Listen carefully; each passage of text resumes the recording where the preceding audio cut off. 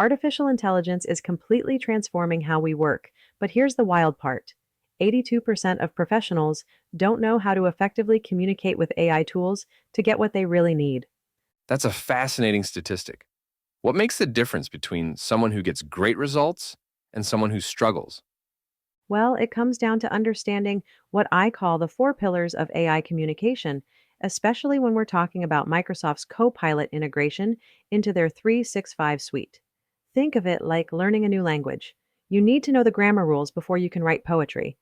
So, what are these four pillars you're talking about? The first is having crystal clear goals.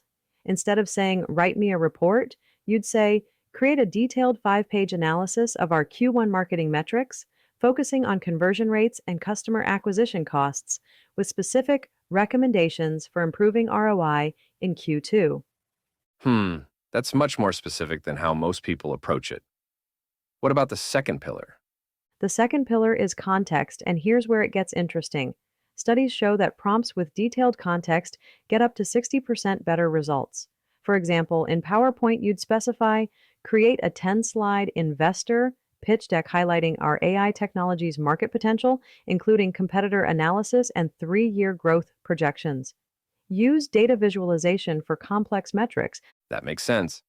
You're essentially giving the AI a complete picture of what you need. What's the third pillar? Source material clarity, and this is crucial. Recent data shows that 45% of AI task failures come from unclear source material instructions. In Excel, for instance, you'd say, analyze the highlighted data in columns A through F, create a pivot table showing regional sales trends, and generate visualizations for any growth patterns exceeding 10% month over month. I can see how that precision would make a huge difference. And the fourth pillar? Setting realistic expectations, which is fascinating because a Microsoft study found that users who set clear expectations got 73% more satisfactory results. It's about understanding that while Copilot is powerful, it's not magical. You might need to iterate and refine your requests. Speaking of different applications, how does this approach change across the Microsoft 365 suite? That's where it gets really interesting. Each app has its own unique considerations. In Teams, for example, users who provide specific meeting summary requests get 40% more accurate action items. You'd say create a detailed summary of this quarterly review, categorize action items by department, and draft follow up messages with specific deadlines. You know what's surprising? This sounds like it's making us better communicators overall. Exactly right. Research shows that professionals who master AI prompting see a 35% improvement in their general communication skills. It's forcing us to be more precise, more thoughtful about our requests, and more structured in our thinking. How long does it typically take someone to get proficient at this? Based on user studies, most people see significant improvement within 2 weeks of consistent practice. The key is starting with what I call the 5 W's framework. Who's the audience? What's the goal? Where's the source material? When's the deadline?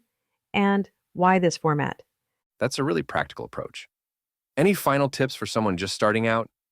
Here's something fascinating.